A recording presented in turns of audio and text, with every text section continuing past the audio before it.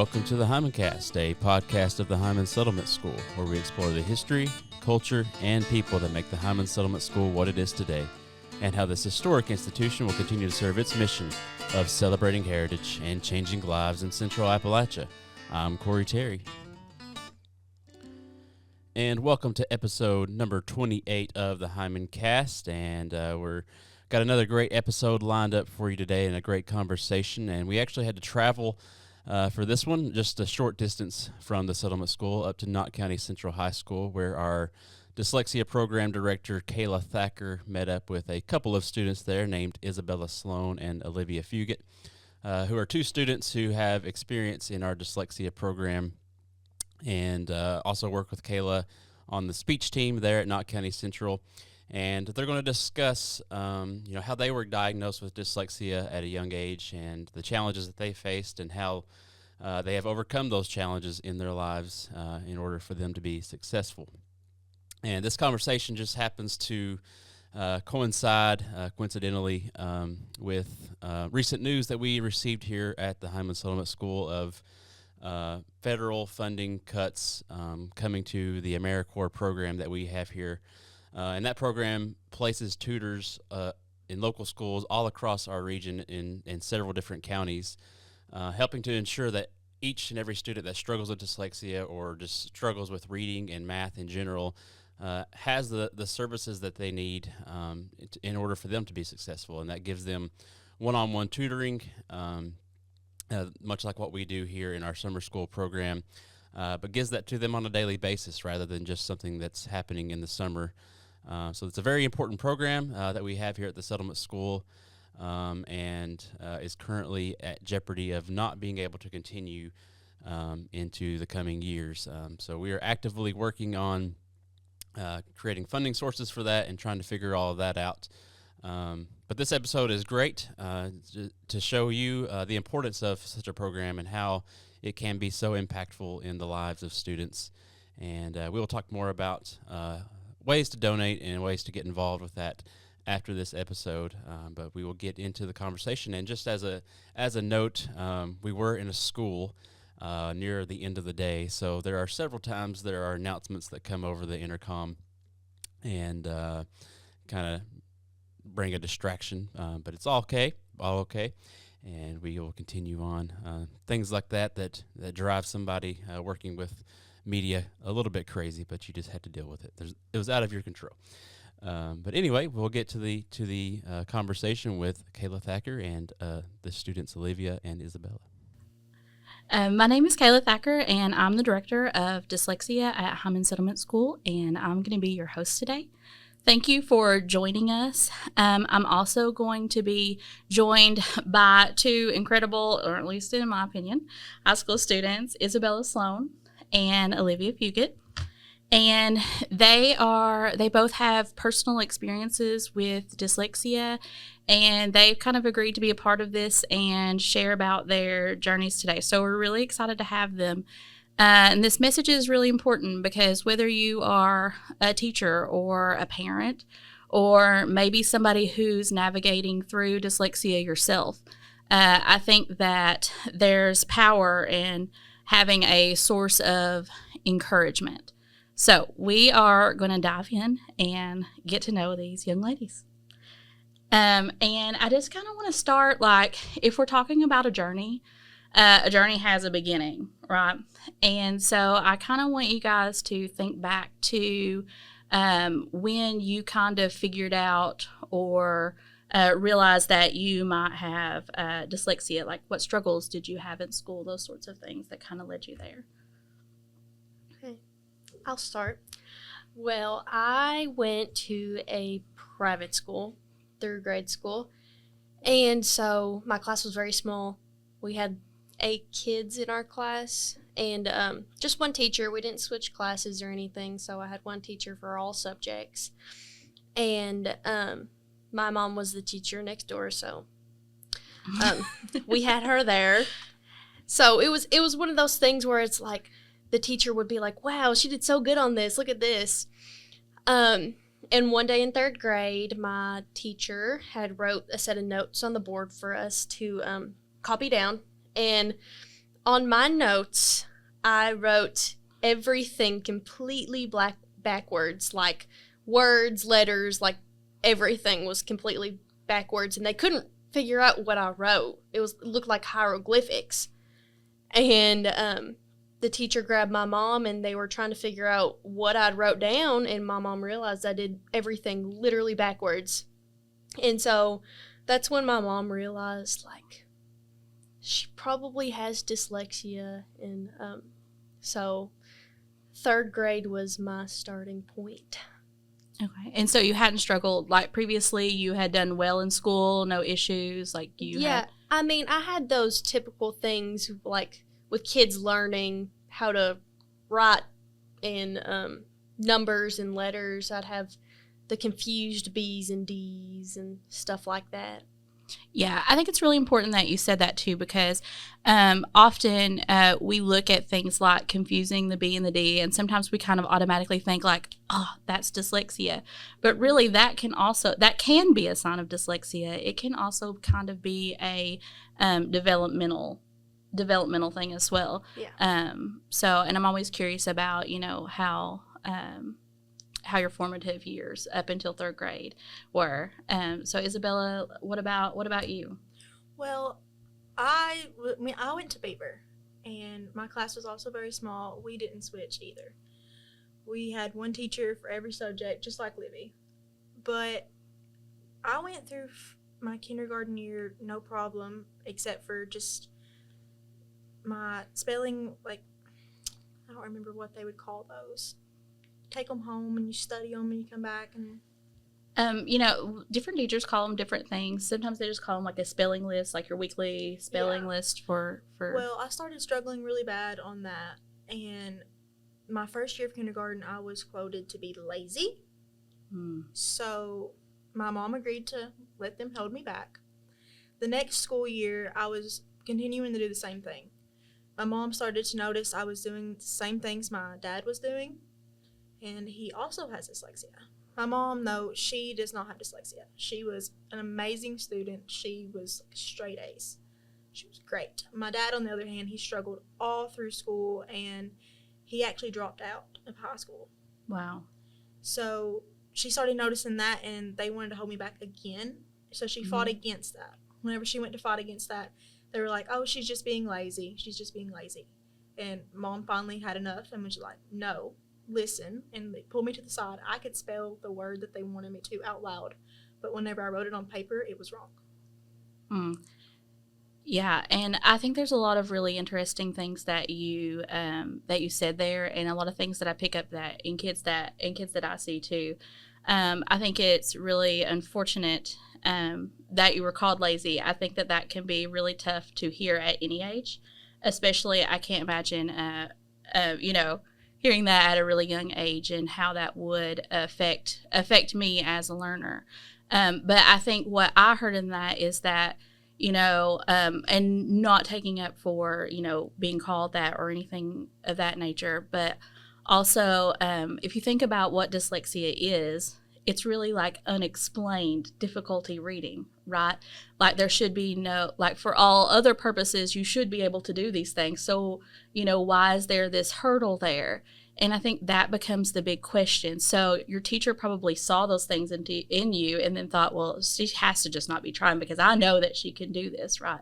And really there was something deeper going on there. So I also picked up on what you said about your the link to your dad being dyslexic and finding out that he was, because what we know about dyslexia is that it can be genetic and it can run in families. So I think it's really important or really good that your parents started picking up and started being able to put those pieces together for you. I do want to touch really quickly also on, and you kind of started to talk about this, like I want to talk about the effects of like what that does to you emotionally, like your confidence growing up. Like how did dyslexia impact your confidence? Or if it did, maybe it didn't, right? Because I think it's also important to know that everybody's journey is different and their experiences are different as well. Well, when I got tested, I actually found out I have dyslexia, dysgraphia, and ADHD.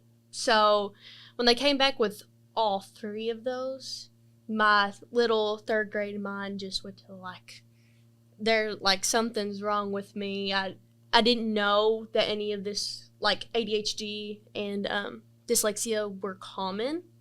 So when my parents sat me down and talked to me about it, they were like, well, your kindergarten teacher actually has dyslexia, and look where she's at. She's teaching now. She's teaching you how to spell and do all these things that you feel like you can't do. And my dad, he was never tested for it, but my mom is pretty sure he has dyslexia. And she was like, well, your dad, he has dyslexia and ADHD. And she was just, all these people who I saw nothing wrong with and looked up to, when they explained to me that they also had this thing that I had, it made me feel better about it. Like, it's not as uncommon as I think it is, and it's not anything life-changing or detrimental to your life. Yeah. I picked up on something that you said about, like, that it's not uncommon. And I think that we have thought it was for quite some time, but I mean, you're talking about 20% of the population, and 20% when you're talking about a group of people is quite a bit, right?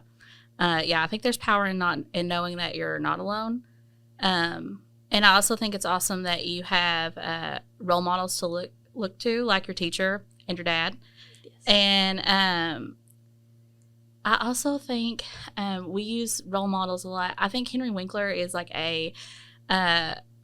he's a celebrity, so he's the Fonz on Happy Days, which is probably way before your time. But I grew up watching on TV Land, and so I think when we can see people like that who are very visible, celebrities, people who are often really creative, and we can see how successful they've become in that aspect because they're there for us to see in the broad public, that it becomes kind of what you're describing here. But I think what's really important, or what I'm taking away from what you said, is also that it's important for us to look within our own communities and like look at people kind of like the 2 of you, like who can be sources of inspiration for other people.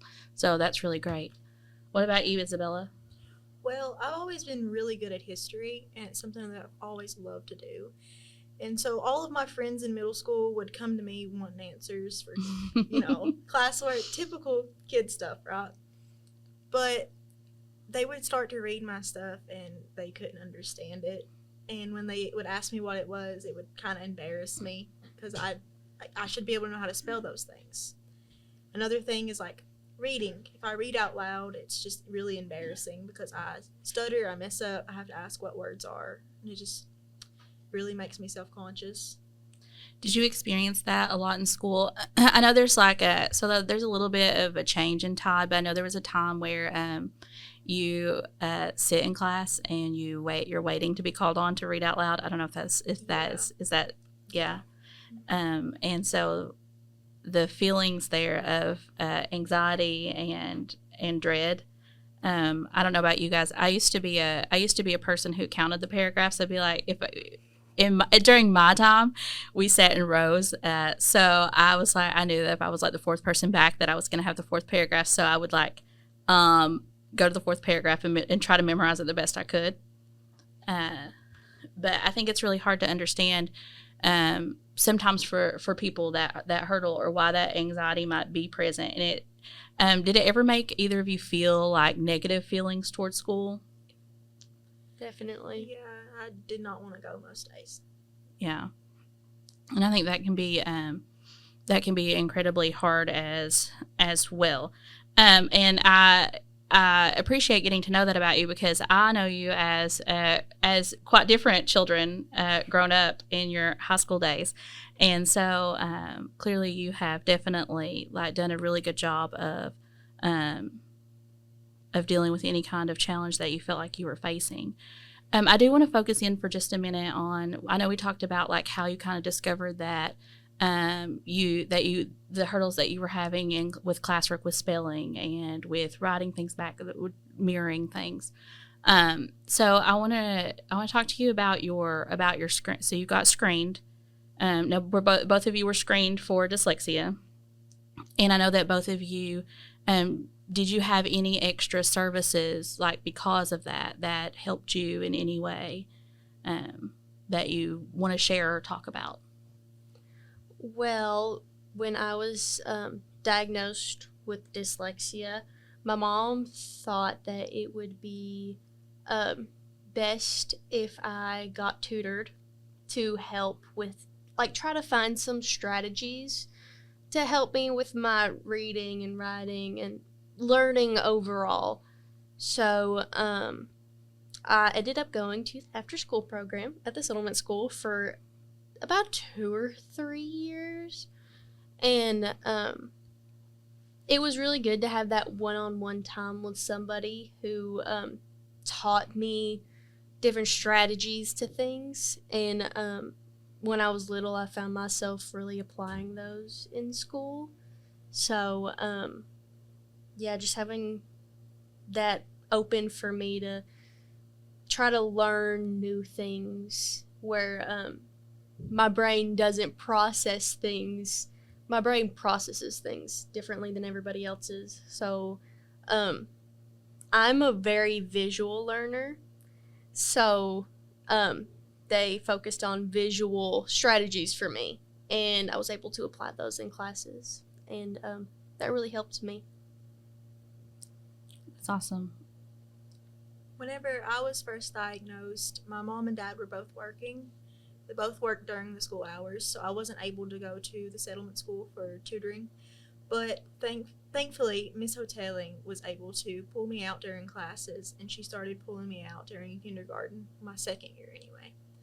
And she continued to pull me out until my 8th grade year, and she would do things with me that were also visual, because I'm a visual learner as well. I remember she'd have like a pen with letters on it that we would move. We'd do all kinds of things like that to where I could touch it or I could see it. She continued to pull me out all through that and to really help me. She told me specifically that if I ever needed help that I could message her. Yeah, Miss Hoteling was phenomenal. We were very lucky to have her and have her as a part of the Beaver community. And those services, so you kind of both utilize different avenues, but those services are both available. So those school-based services were super important for you, and the fact that you had those year after year. And I want to come back to Livy and after school, but while we're focused on that, I want to talk about like how you felt that year after year consistency and support maybe changed you or helped you, or what you feel like maybe would have been a difference without it. Well, she helped me build my confidence in spelling smaller words. I still struggle to spell the bigger words, but the smaller words I became a lot more confident with. Like words like cat and things I was able to spell. And she taught me to not be embarrassed, that I could do it. She put a confidence boost in me, and that really helped. 8th grade year, I tested out, but she still continued to pull me out every now and then just to kind of check in on me. Yeah, that's a sign of that's a definite sign of care and everything that I knew to be true about Miss Hoteling, and that consistency and some of the things that you guys described and those strategies are really important for dyslexic learners. That one-on-one time can really make a difference, especially if you're not getting it somewhere else. And also the introduction or the use of that, what you guys both described to me were like techniques that would be like multisensory, right? We're engaging your kinesthetic by moving those tiles and manipulating those. They're visual. I know that they have different colors on them, so sometimes that visualization can be really important. And so we are blessed to be able to offer those after school, and we're gearing up right now to offer summer school. And currently we are still finishing up our school-based year that we hope to be able to continue on. Do you remember I know, and you may have answered this already, do you remember if there was like a specific turning point, like if there was a point like things began clicking or you noticed like this got better. I know you kind of touched on a little bit. You said like the small words. I started to gain a lot of more confidence with that small word, which by the way, Miss Hotelling was right. You can do it, and I can attest to that as well. But is there a specific turning point that you remember? And there might not be, and that's okay. Probably whenever I started to actually really like to read. That's now, I have a giant bookshelf now. And I hated reading in elementary school. I really, honestly, through the activities that we had there, I kind of started enjoying going to after school after a while. Because before it's like, oh my gosh, I have to go to school after school. It was just like dreading it. But through those activities, I got more excited to go because I knew what I'd be doing next and I knew how to do it. And once I got that motivation to start going, it kind of helped me be more engaged than I was the day before. And just getting to learn new things, the motivation of that, it just made me want to go. And after getting all of those strategies and learning how to do them, I really saw a difference in how easy it was to spell. I could automatically spell words I didn't know how to spell before. And my letter sounds. I had a lot of trouble with my letter sounds. So, yeah, after all those exercises and things, I got excited to go. And once I was excited, I was motivated to learn all those new things. Yeah, so a lot of the things that you mentioned, like, are definite characteristics of dyslexia, like being able to connect those letters to sounds and being able to do that consistently and even recognize words.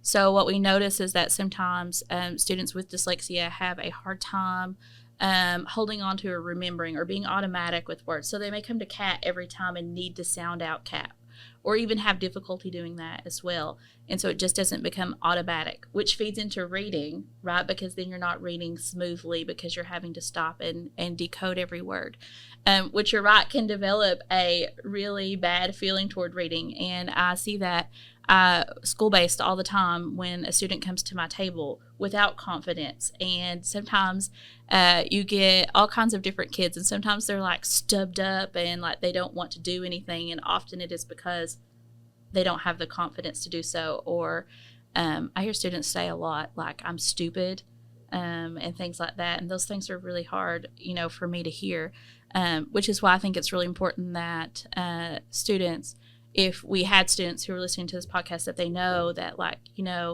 just because that's your experience at this moment in time, that doesn't have to be your experience always. And and I love that, Isabella. I'm probably going to pull that too about what you said about books. Like I went from not liking reading. I always tell my kids, like, it's okay to say that you don't like something. You're allowed to have an opinion. We all do, but you have to have a reason why. And I know that you had a very valid reason, and that was through your frustration. But I'm glad that you did not give up on reading, and I'm super happy as a reading teacher that you have shelves full of books. And I want to talk because I know that you have are there particular books that like you just enjoy reading, or maybe a particular? I like mystery and thriller books. Oh, good mystery and good thriller. Okay, awesome. I wanted to talk for a minute about, I know we've talked a lot about confidence, and we've talked a lot about what that was like building that for you guys, gals. And I want to take a minute and talk about maybe kind of something that's more hidden, maybe dyslexia like a superpower. Maybe there are things that you do better, possibly, or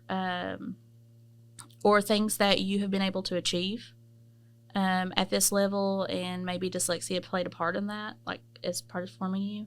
So the things that you can talk about, like that maybe you think you might be better at because of dyslexia. Well, this school year for STLP, me and my group made a documentary We won state. I know, I saw that. I was so excited.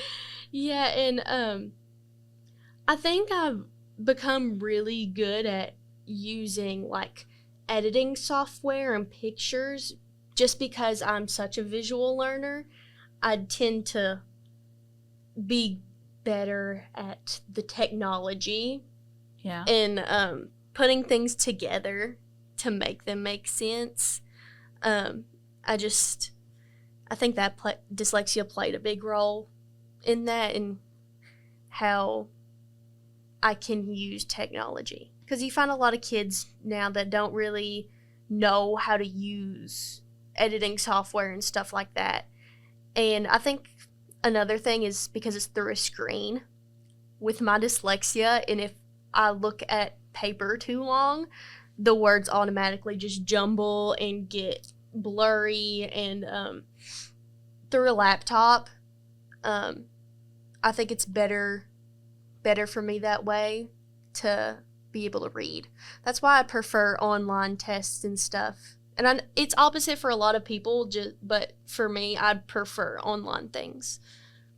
No, that's interesting to know because there's research out there about digital tools for learners with dyslexia, and typing being a big thing that typing is easier sometimes for dyslexic students versus handwriting. But that's interesting about reading print on a screen is easier for you than reading print on physical paper. So I think that's important to know. What about you, Isabella?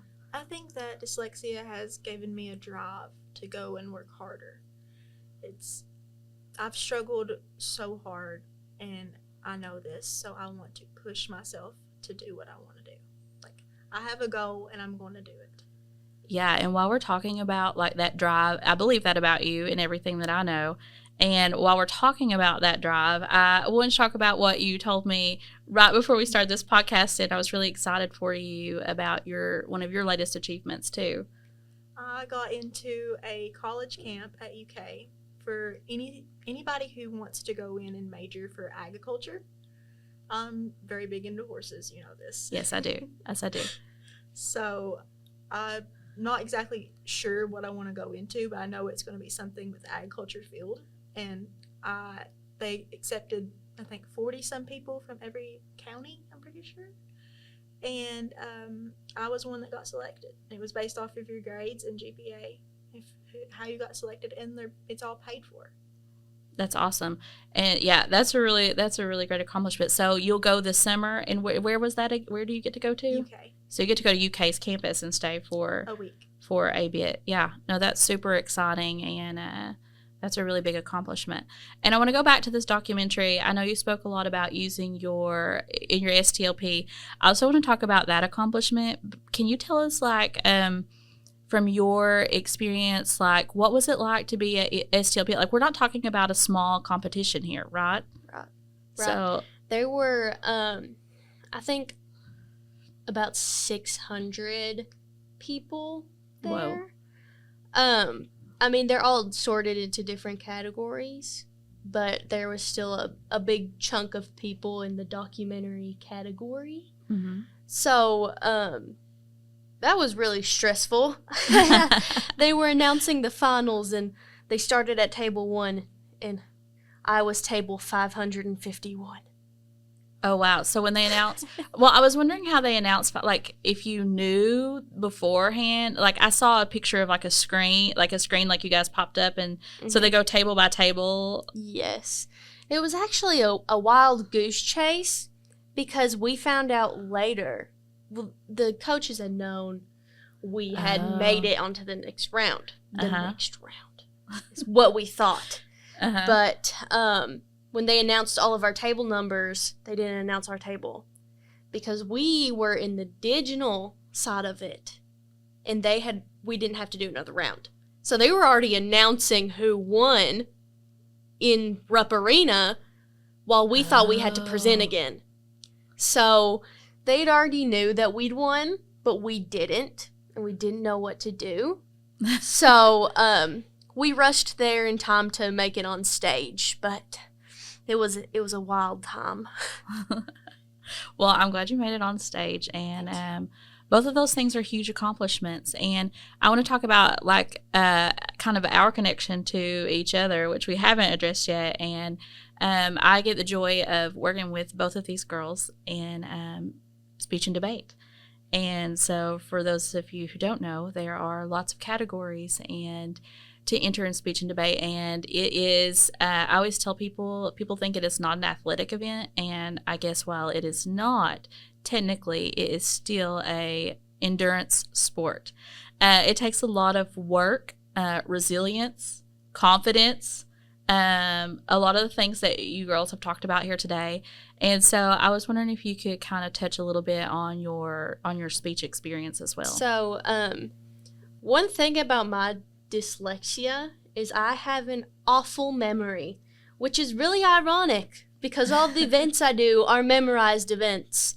So, I do my Black Book events and my Interp events, which are all memorized events. And sometimes we'll be at practice and I'll be going through my books, and Bria, our head coach, I'll read a word and she'll be like, "That's not how you say it." I'm like, "Oh, sorry, how do you say it?" And then I'll be outside of a round and I'll be like, "How do I say this word? How do I say this word?" And I'm having to go back through my memory and try to remember how to say this word. Sometimes I'll have to resort to the Google to have it say it to me. But yeah, I think it's really ironic how I can't remember anything. But then when it comes to speech, I can read a script multiple times, and have it click in my brain and be able to memorize it. Yeah, well, that was gonna be my question. Is do you have any strategies that helped you to kind of overcome that, being able to hold on to that? And so, just to give a little context, we're not talking about just one speech here either. Mm-hmm. You picked up you did 3 events this past year. 3. So that's times that by 3, and having to remember and keep them all straight, right? Yeah. And which they are mostly all hilarious. And then Isabella, you kind of have a unique entryway in the fact that you also pulled from your experience in FFA and speech. So you speak in front of people quite a bit. Yeah, I do. And so I was wondering if you could share a little bit about your speech experience. So, like Livy said, I also have a hard time remembering things. But it's weird because I can go to practice and then I'll go and perform in front of you and completely blank. But then I'll get all nervous and I'll be sitting there shaking outside of the door before I go and compete. And then once I go in there, it just all fades away. All my nerves just go away, and I go up there and I perform it like that. I've been doing it my entire life. That's awesome. And I know that you, so you actually did a speech you did what's called an informative speech on dyslexia itself. So you were out there setting up props and boards and telling the world about your experience with dyslexia, and also battling some of the misconceptions or thoughts that people might have about dyslexia, or information that they might not know. So all of those things were super important. And I know we've spent a lot of time talking about how dyslexia affects you in the school setting, but and a little bit kind of outside of it. But I want to think about in your everyday life, are there things that you do, or maybe things that you do well, or things that are challenges for you that might be related to your dyslexia? Well, one thing I tend to struggle with is when I'm sent to the store by my lovely parents and they're like, "Pick up this," and there's multiple kinds of it. I don't read labels. I grab the first one I see and I'll grab the wrong thing. And I'm also, like I said, very awful at memorizing. So my mom will tell me to do some chores and I'll completely forget. And then they're like, "Why didn't you do this?" I'm like, "I forgot, I'm sorry, I forgot." And they're like, "That's an excuse." I'm like, "No, Guys, I genuinely forgot. I have an awful memory. I also do that. I'll go in a store and my mom will show me a picture of what to get, and I'll go get something that looks similar, but it's not the right thing. Right. And I remember really quickly, Isabella, that you had told me a story about when you learned to drive. Would you care to share that story? Because honestly, I can relate to it as well, so I think a lot of people can. So whenever I was learning how to drive, as you can imagine, left and right is very difficult for somebody with dyslexia. So you can't just tell me turn left or turn right. My mom had to come up with creative ways to keep me from going the wrong ways. So instead of telling me take a right over here, she just says my right or my side or your side. Yeah, I had to visualize like the building. I still visualize. I took clogging lessons, and so I've had to visualize. I had to learn my left from my right. Don't make fun of me. I was very talented. One day I might show you. But I had to learn my left. I had to visualize. To this day, I visualize that room, and I had to memorize what that room looked like to tell my left from my right because I was struggling. But we are, going to wrap up. And just as we wrap up, is there any lingering advice that you have for other students that might be struggling with dyslexia? Yeah. Don't be afraid to tell your teachers that you're struggling and ask for different ways to learn. Don't be afraid. Don't be afraid to ask for help. And parents, if you think your kid has dyslexia, get them tested. Because the biggest difference is having my 504 plan for my ACTs and my stuff like that. Because first time I took my ACT, I didn't use my time accommodations, and the second time I did, and it made all of the difference. So even if it's slight or minor, make sure you get them tested so that they have that extended time on tests or anything if they need it. Isabella, what about you? Dyslexia does not define you in any way, shape, or form. Use it as a way to push yourself to keep going. I like that. I like that a lot. I want to thank both of you for joining us today and being so open and willing to, that's a sense of vulnerability to share yourself and like that to the world. And I just want to thank everybody for listening and remind anybody that's listening out there, maybe you heard things that resonate with you. Maybe you know somebody who needs to get screened or might benefit from services. So, the important thing is that we are all voices with the ability to advocate for students with dyslexia so that those students continue to have bright futures, right? So if you're interested in more information, I encourage you to visit Hindman.org or call our offices at 606-785-4044. We'd be happy to give you that information. All right. Thank you, girls. And thank you, Kayla, and for Olivia and Isabella for being willing to come on the podcast and share your stories and helping to raise awareness on the importance of dyslexia education. And you can actually find Olivia's STLP project on YouTube and check it out for yourself. And I'll leave a link to that in the notes. I, too, was in STLP and when I was in high school, but only placed second in the state. However, links will not be shared to that video, but it's still unfortunately on YouTube as I no longer have access to the account that's attached to. But as you can see, the work that we do here at the Hindman Settlement School for students with dyslexia is vital, and we hope that you will join us in sustaining these programs into the future as we seek to regroup and reformulate a plan to continue this good work after the loss of AmeriCorps funding. And if you would like to donate, you can visit www.hindman.org/urgent to make a gift. And in closing, I'll just echo what a good friend and good listener of the podcast had to say. Her name is Becky Elam. She wrote on our Facebook page commenting, saying, "I admire the work of Hindman Settlement School and have been in awe of how they can pick up after every setback and make the most of it. I want to be a part of the solution and not part of the problem. I want to be there to offer my moral support for a group of dedicated people who love the children and families of the Eastern Kentucky area. Their purpose has historically been to provide services where there are none. Fires, floods, snowstorms have failed to shut this school down. They recover, but they need help to recover. I am writing letters explaining the work of Hindman and sending it to anyone I feel can make a difference. The people making the decisions may not understand the impact, and I am making it my job to inform them. I love Hindman and their staff. They could work other jobs, but they choose to make an impact here, and and I, for one, am thankful for each and every one of them. And we love you too, Becky, and are so thankful for all of your support. And to all of our supporters, we appreciate you and all that you do to carry us through every hurdle and setback so that we can continue to change lives here in Central Appalachia. And until next time, I'm Corey Terry. We'll see you then. The HindmanCast is brought to you by the faithful and generous supporters of the Hindman Settlement School. For over 100 years, we've been celebrating heritage and changing lives in Central Appalachia. If you're interested in supporting the work of Hindman Settlement School, you can go to our website at www.hindman.org, or you can follow us on Facebook and Instagram at the handle @HindmanSchool.